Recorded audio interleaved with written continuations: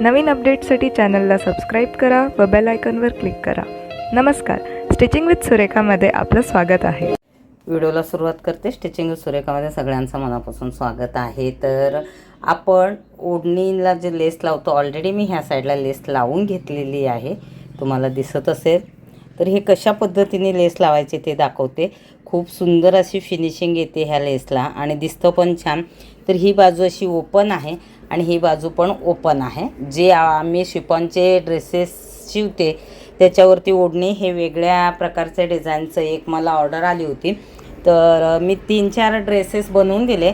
मग त्याला रिप्लाय छान आला. तर म्हणले आत्ता हे आपण ऑर्डर घ्यायला सुरुवात केले तर आपण दाखवूया.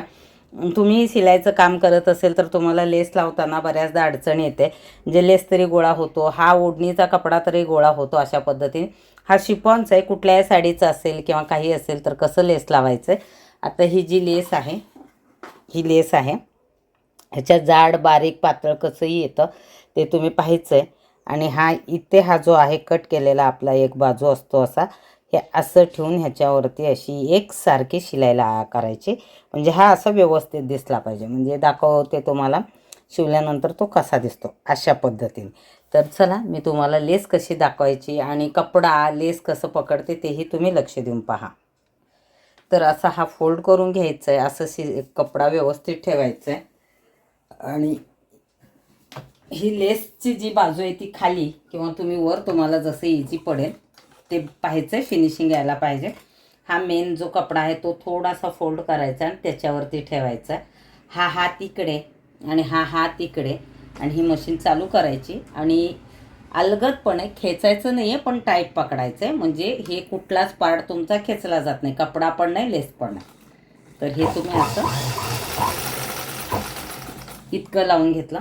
परत हा फोल्ड करायचा आहे आणि परत हे लेस सरळ करून घ्यायची.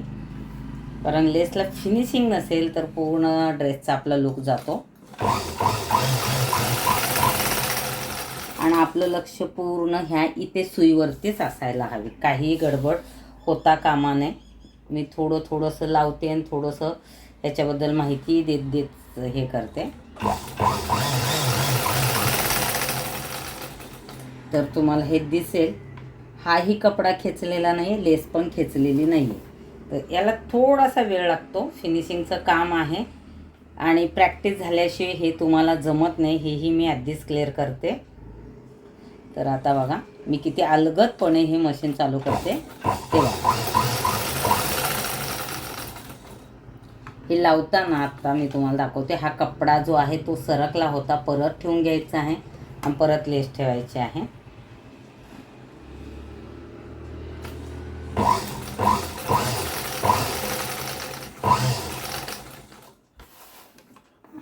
तर आमची गडबड झाली. काय झालं, आमचा इथला धागा संपला. तर परत दुसरा धागा घेते, ह्याला असं हे करायचं आणि इथं हे करायचं आहे. हे तर जिथं मला वाटतं की ही लेस बरोबर बसली नाही तिथं मी परत उसवून घेतलं आहे. कारण का ती फिनिशिंगमध्ये व्यवस्थित दिसणार नाही, होत नाही शक्यतो. असं आपणाला वाटतं की ती प्रॅक्टिस असू दे. थोडंसं आपलं लक्ष विचलित झालं की लेस सरकली, कारण जागा जो आहे लेसची आणि त्याची खूप कमी असते. तर हे आता परत इथे शिलाईला सुरुवात करते.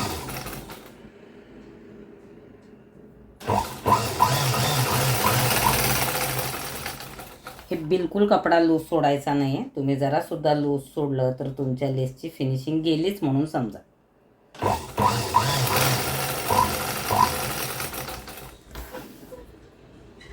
कधीही कुठलंही काम करताना हेच नाही बोलतात ना, लक्षपूर्वक केलं तर ते खूप व्यवस्थित होतं.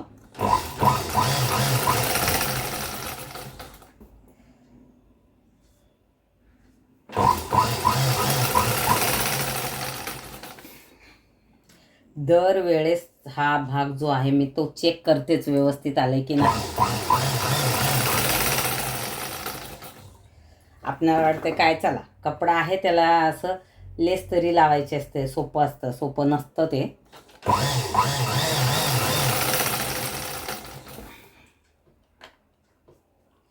भरपूर ह्याला असा वेळ जातो, कारण ॲडजस्ट करत करत करत तुम्हाला मार्किंग करतच शिलाई करावं लागते.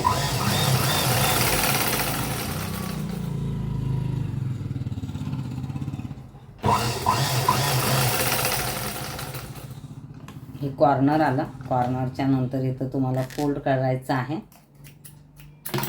लेस नाही फोल्ड करायचं आहे, कपडा. हा असा लेस असेल तर, आणि ते वेगळ्या पद्धतीचं असेल, वरून आपण लेस लावत असेल तर तिथं असं आपणाला चौकोन बरोबर त्याच साईजचं करून आपणाला फोल्ड करावं लागतं आहे. कॉर्नरला पण लक्ष द्यायचं आहे.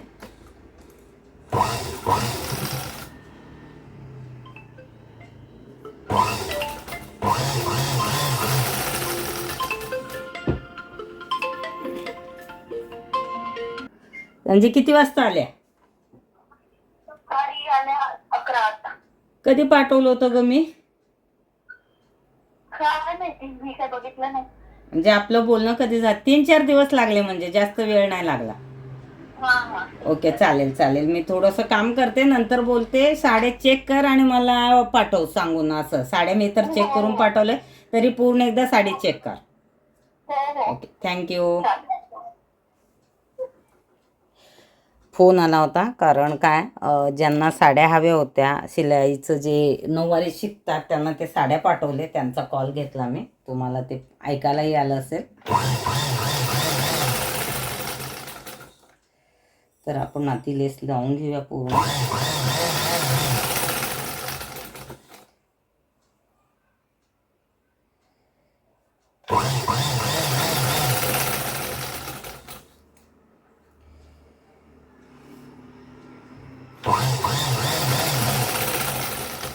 आणि ह्याच्यामध्ये हे जे आपली ओढणी आहे ती क्रॉस नसायला हवी, नसली पाहिजे. म्हणजे हे कटिंग करतानाचा जरासुद्धा क्रॉस गेला तर लेस आणि ओढणी दोन्हीही क्रॉस दिसतं.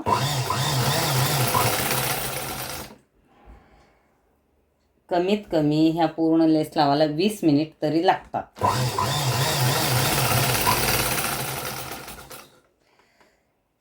इथे आता एंडिंग आहे, कट करते मी आणि हा फोल्ड करून देते इथे.